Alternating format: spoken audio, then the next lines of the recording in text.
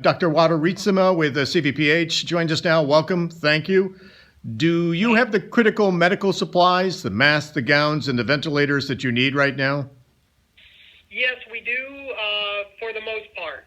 Certainly the really critical stuff, we're okay with ventilators. We're okay with masks and PPE. We're having some shortage of alcohol-based hand cleaner. That's not a big safety issue. Soap and water is actually not only just as good, but actually better for this virus. But it is tough on healthcare workers to continually use soap and water and keep their hands from drying out. So that's probably our biggest shortage. We're making do for now, but we can survive without that. Otherwise, we're okay. We're planning for a surge. Whether we get a surge or not is unknown, but we're planning for it. When do you think that may come? Hearing other officials across the state, Governor Cuomo and others, they think the surge could still be weeks off. Yeah, this weekend or on Monday or Sunday, they were talking about 2 weeks. Then I saw yesterday that based on the last couple of days' data, they were revising that till longer, which is actually good news if it's true. It was based on just a couple of days of data, but what it means is that perhaps they were beginning to see some slowing of the growth, which perhaps might indicate that the curve is flattening. If they talk about making the peak not as high, but one of the outcomes that happens then is that it lasts longer. Right. But at least then we are capable of meeting the demand. So we, depending on the ability to move patients out of New York City, we might see a surge sooner. We just don't know. A lot of unknown to that, but we've been planning, and there are certain parts of our plan that we are implementing and deciding, okay, what will be our trigger to implement the next step based on the demand. Right now, our demand is very manageable. And you mentioned you're in the process of ramping up. Have you completed that, or is that still ongoing? Well, so we've got a global surge plan, and then we're starting to fit out the areas that we would surge to. We're developing staffing plans, and then we're basically identifying, okay, given the work left to be done, how much time would it take us to rev this particular area up from almost ready to ready, and what would be our trigger to implement that? So it's a tremendous planning lift. And now we're starting to do some logistics and moving things around with that. And you mentioned a moment ago about patients from New York City. Would patients from other parts of New York be sent here to Plattsburgh? So the governor made it clear to all the hospitals in New York that was a possibility. That if New York was overwhelmed, that the possibility of moving patients out of New York City was real. That's as much as I think we all know at this point. We're certainly a lot farther away from New York City than other hospitals. So we really don't know at this time what that means or what it might mean. But the governor did put everybody on notice that was a possibility, and that's why we had to develop a surge plan. The hospital put out a call to retired healthcare workers. Are they responding and answering the call? We are getting some response, yes. I would not be able to say the numbers, but we are getting some response. And you are also looking for donations. You talked about cleansers and sanitizers. You're reaching out looking for masks and cleaning supplies from the public? Yeah, I think we've gotten a variety of sources of those. Mostly we've been able to source things like masks. There are lots of businesses, whether they be healthcare or otherwise, that use the types of masks or respirators that we use. And of course, with their business essentially shut down, they are more than willing to donate some of that to us. So we're getting some of that. It's not huge quantities. We go through pretty massive quantities on a daily basis, and far more than most people have a lot of on hand. But in the current resource limited world, we are thankful for everything we can get from people.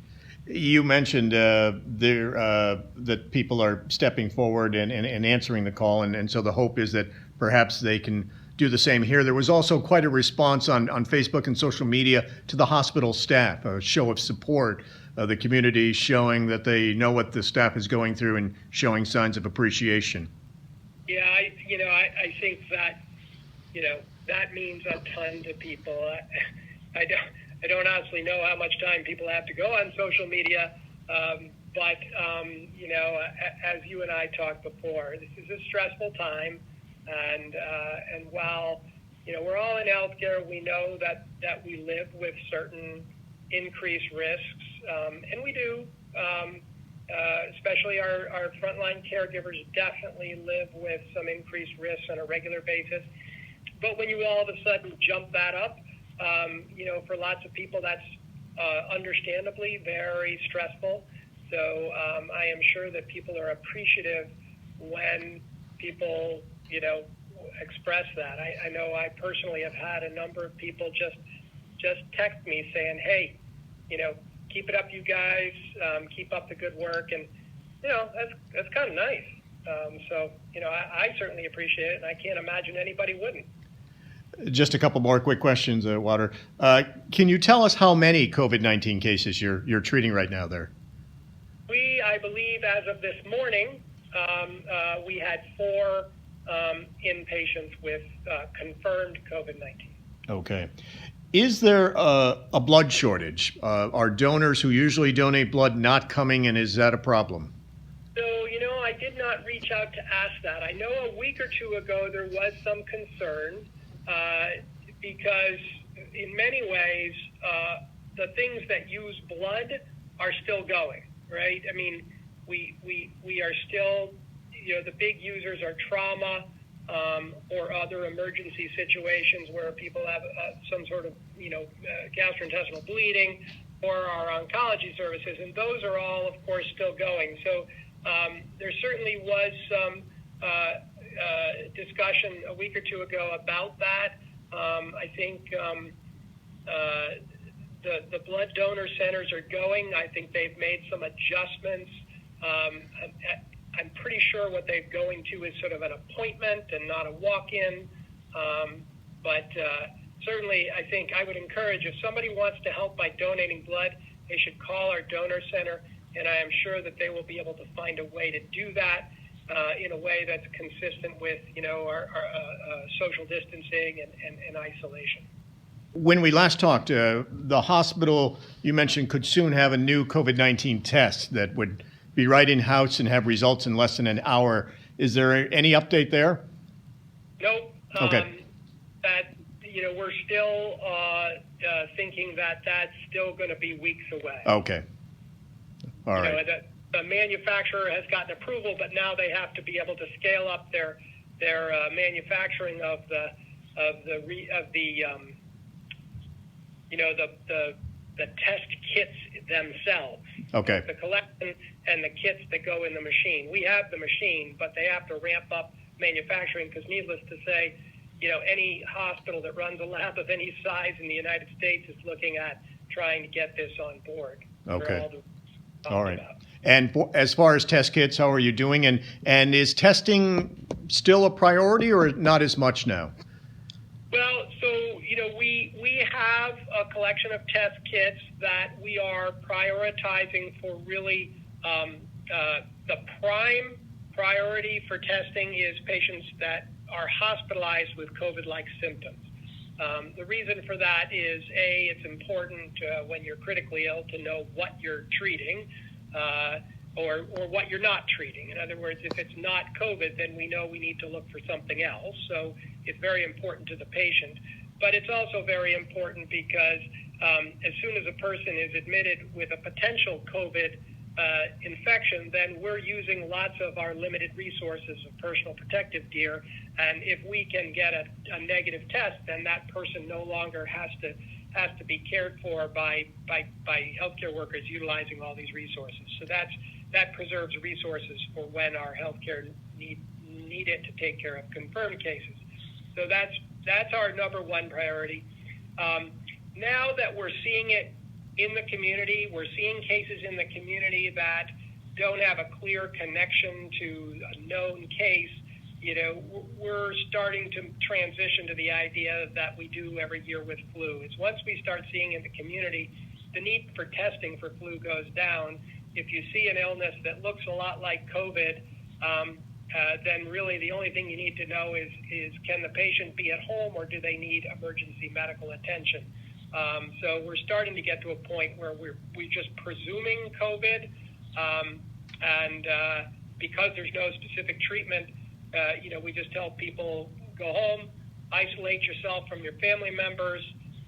We do notify the health department, and so less of that because we don't know when we're going to get test kits. I mean, New York is doing a phenomenal job. They're testing more than any other state in the country. They've ramped up their capacity to test more than any other state. But most of those resources are aimed down at New York City, as they should be. Yeah.